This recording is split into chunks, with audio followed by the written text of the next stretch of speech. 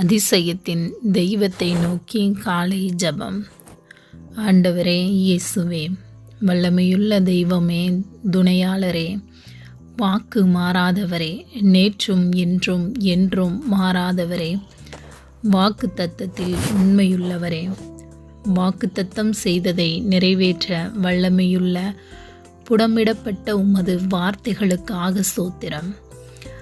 அவர் நம் பிணிகளை தாங்கிக் கொண்டார், நம் துன்பங்களை சுமந்து கொண்டார் என்ற வார்த்தைகளுக்காக நன்றி செலுத்துகின்றோம். இந்த திருச்சட்ட நூலை முன் நின்று அகற்றாதே.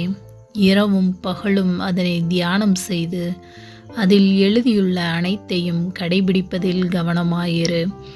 அப்பொழுது நீ செல்லும் இடமெல்லாம் நலம் பெறுவாய், வெற்றி காண்பாய்.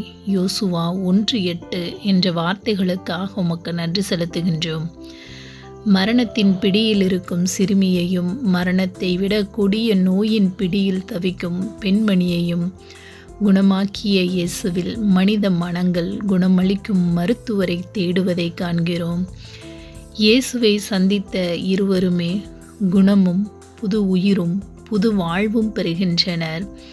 இன்று இந்த காலை பொழுதில் ஜெபத்தின் வாயிலாக உம்மை சந்திக்கும் நாங்களும் புது வாழ்வும் புது பலனும் பெற கட்டளையிடும் தந்தையே, அஞ்சாதீர், நம்பிக்கையை மட்டும் விட்டுவிடாதீர். மார்க்கு 5:36. சிறுமி இறந்துவிட்டாள் என்ற செய்தி கேட்ட பிறகும் சிறுமியின் தந்தை இயேசுவின் மீது கொண்ட நம்பிக்கையில் தளரவில்லை. இந்த நம்பிக்கையே இந்த சிறுமி எழுந்து நடமாடும் அளவிற்கு இறைமகனை செயல்படச் செய்தது.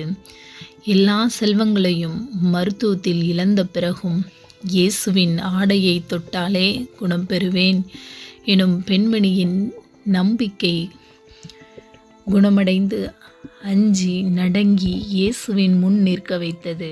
அப்படிப்பட்ட உறுதியான நம்பிக்கையுள்ள மனதில் வாழவே இன்று நாமும் அழைக்கப்படுகின்றோம்.